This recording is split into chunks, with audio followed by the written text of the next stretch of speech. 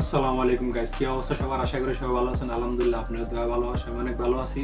তো আমাদের আশেপাশে এমন কিছু বিক্রেতা আছে যাদের কাছে আমরা পণ্য কিনতে গেলে তারা আমাদেরকে কসম কেটে আমাদেরকে বলে যে এই পণ্য তারা ধরুন কথার কথা 2 টাকা দিয়ে কিনছে, ওরা 2 টাকা বিক্রি করতেছে।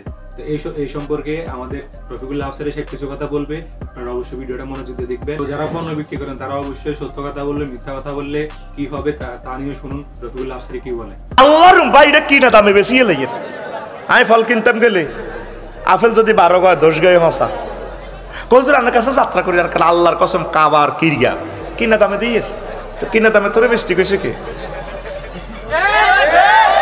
নবীজি যারা আমার উম্মতের ভিতরে সিটার করি আমার দলের বাহির তুই কলগ্গা বেচলে কটে লাভ হবি, তুই কলগ্গা বেচলে না 10 পাই লাভ হবি। তুই এটাতে 20 ফাঁকি দিছ, আমার একজন সচিবে খাইব, আল্লাহর একজন অলি খাইব, আলেমে খাইব, আমার সরস্বতী মাদ্রাসার মহাদ্দেশে খাইব, যারা সারাটা জীবন কথা ঠিক না কোন সেক্টরে সিটারি করিচ্ছ, প্রতারণা করিচ্ছ, যারে কথা দিবি কথাটা পালন করিস। কাফেরেরা ওয়াদা রক্ষা করে।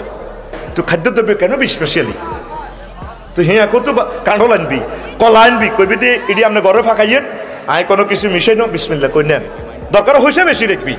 আল্লাহ নবী কই যারা আমার দলে, যারা আমার উম্মতের ভিতরে সিটারি করে তারা আমার দলের বাহির। সো আপনারা তো রফিকুল্লাহ আফসার সাহেবের কথাগুলো শুনছেন, কি বুঝলেন অবশ্যই কমেন্ট করে জানাবেন।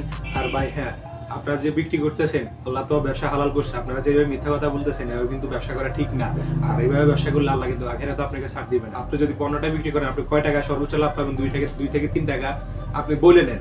আপনি মিথ্যা কথা বলে পণ্য বিক্রি করবেন, তারপর উনি একটা পণ্য কিনে পুরো ঠকবে, ওটা কিন্তু ভালো দেখাবেন। তো আপনারা সবাই তো রফিকুল্লাহ আফসার সাহেবের কথাগুলো শুনছেন, শুনে কি বুঝলেন অবশ্যই কমেন্ট করে জানাবেন। আর যদি ভিডিওটি ভালো লাগে অবশ্যই লাইক কমেন্ট শেয়ার করবেন।